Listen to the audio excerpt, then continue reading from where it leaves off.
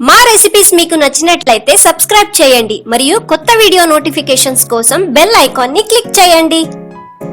Hello friends, welcome to షారోన్స్ వంటలు. ఈ రోజు మన రెసిపీస్ లో ఎంతో ఈజీగా టేస్టీగా ఉండే ఎగ్ ఫ్రైడ్ రైస్ ఎలా తయారు చేసుకోవాలో నేర్చుకుందాం.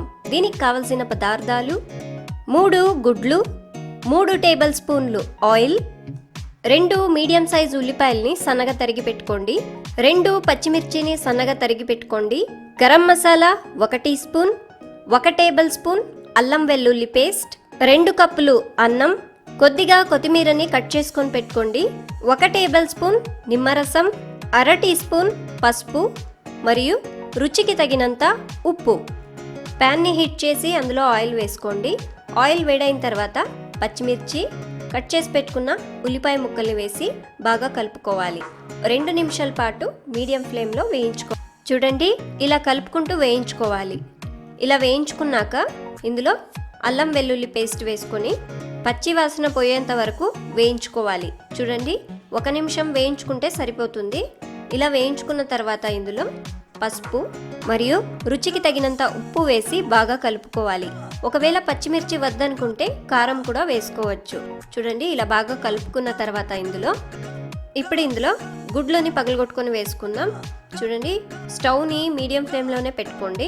నేను 3 గుడ్లు వేసుకుంటున్నాను. మీకు ఎక్స్ట్రా ఇంకా 2 కావాలన్నా కూడా వేసుకోవచ్చు. గుడ్లని వేసిన వెంటనే మిక్స్ చేసుకోకండి. కొద్దిగా ఇలా స్ప్రెడ్ చేసుకొని కలుపుకోవాలి. ఒకేసారి కలపడం వల్ల అంతా పొడి పొడిగా అవుతుంది. ఇలా చేసుకోవడం వల్ల చాలా బాగుంటుంది. చూసారు కదా, ఈ విధంగా బాగా కలుపుకున్న తర్వాత ఇప్పుడు ఇందులో గరం మసాలా వేసుకొని ఒకసారి బాగా మిక్స్ చేసుకోండి. ఇలా మిక్స్ చేసుకున్న తర్వాత ఇందులో ముందుగా చేసి పెట్టుకున్న రైస్ని వేసుకోండి. చూడండి, రైస్ ఇలా పొడి పొడిగానే ఉండాలి. కట్ చేసి పెట్టుకున్న కొత్తిమీరని వేసుకోండి. 1 టేబుల్ స్పూన్ అంతా నిమ్మరసాన్ని వేసుకొని బాగా కలుపుకోవాలి. చూడండి, ఈ విధంగా బాగా కలుపుకోవాలి. ఇప్పుడు 1 నిమిషం పాటు మూత మూసేసి పెట్టండి.